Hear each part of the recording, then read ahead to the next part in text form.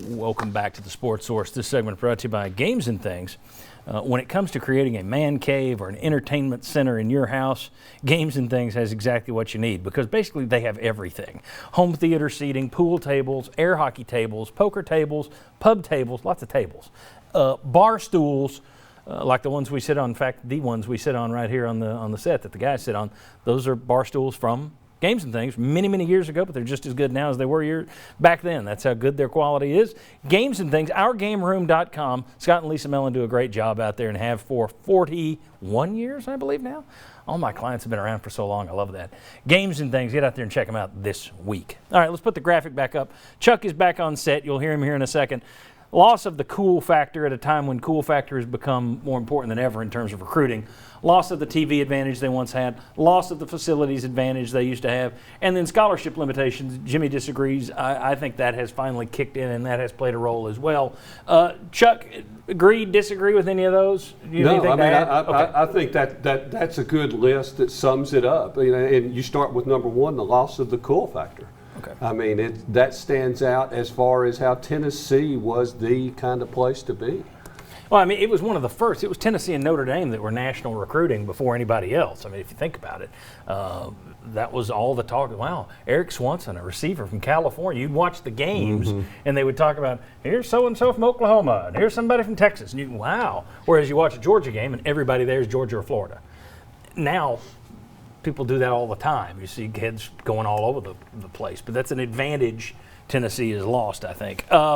So David mentioned it. He thinks it's the number one reason. We'll see if you guys think it's the number one reason. Self-inflicted wounds. Meaning, and I'm going to throw all this in, so I'm stacking the deck here to make this number one anyway. But not only just your bad coaching hires. Let's throw in bad president hires, chancellor hires, athletic director hires. Yep.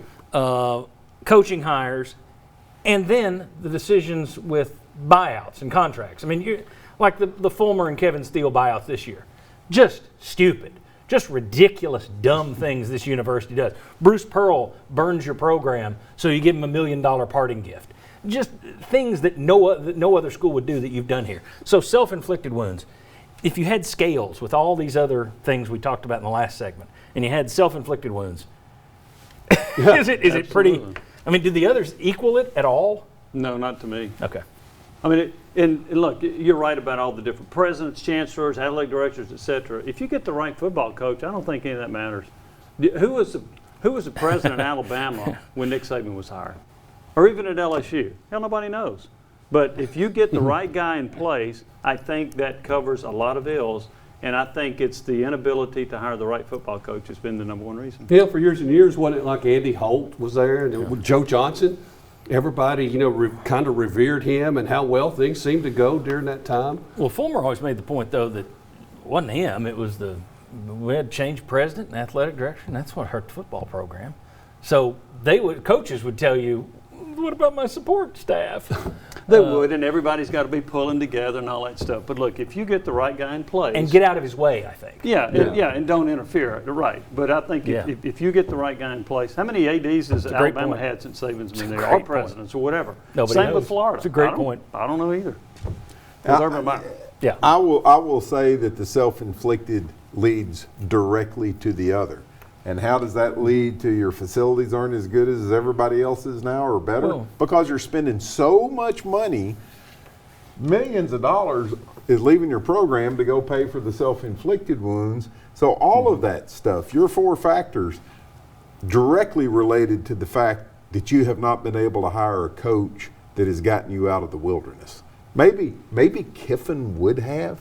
And then you get caught in this once in a unworldly thing that the one place he wants to go to can hire through 7 guys. Yeah, 7 guys turned him down. Yeah. So maybe it could have been Kiffin. I doubt it. He would have got you in NCAA trouble. I mean, I think that. I'm still waiting for him to be the great coach that everybody exactly. makes. But 6 wins at Ole Miss doesn't tell me he's the great offensive mind, not a great head coach. Maybe Butch. If you let Butch get through that horrible 5th season and say, okay, come back. Your 2 before that weren't bad. And your quarterbacks are Adrian Martinez or Michael Penix. Yes. But the question I think people need to ask is, why is the University of Tennessee so prone to reward failure?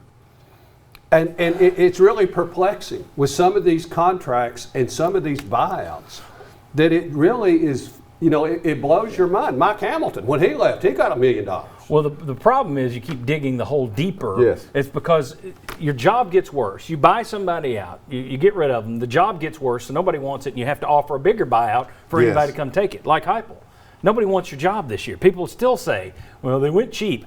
They did not go cheap. They tried to hire people, and they looked at your job and said, not in a million years would I go to that rat's nest right now. It's a graveyard. Or not for $6 million. Wouldn't go there for $6 million. Or they used the offer to sweeten where they were. So you wind up having to say, okay, here's a longer contract, which in effect is a bigger buyout, when inevitably you turn around and say, it's been 3 years, fire him. And that's it. But the exception to that would be Dooley. You did not have to give him that kind of a buyout. You did not have, and that to also me didn't have started to the hire chain. him. That's right. That You was a shouldn't have. panic move. And that started to me the big chain of Yeah, failure and once and you're on buyouts that, and all that stuff. yeah, and once you're on that decline, I don't know how you get out of it unless you have somebody that really hits, because the worse the job gets, the Or you bigger the pot you have to offer the Or next you guy. just let somebody coach at the end of their contract. He stinks, but by golly, we're going to ride you all the way to the bottom, buddy. Yeah. All right, very good. When we come back, Neyland Stadium is celebrating its 100th year this year. We're going to talk about the best games these guys have ever seen or covered over there, and we'll do this next week at the VFL. So you get the media perspective today, players next week. Come on back on the Sports One.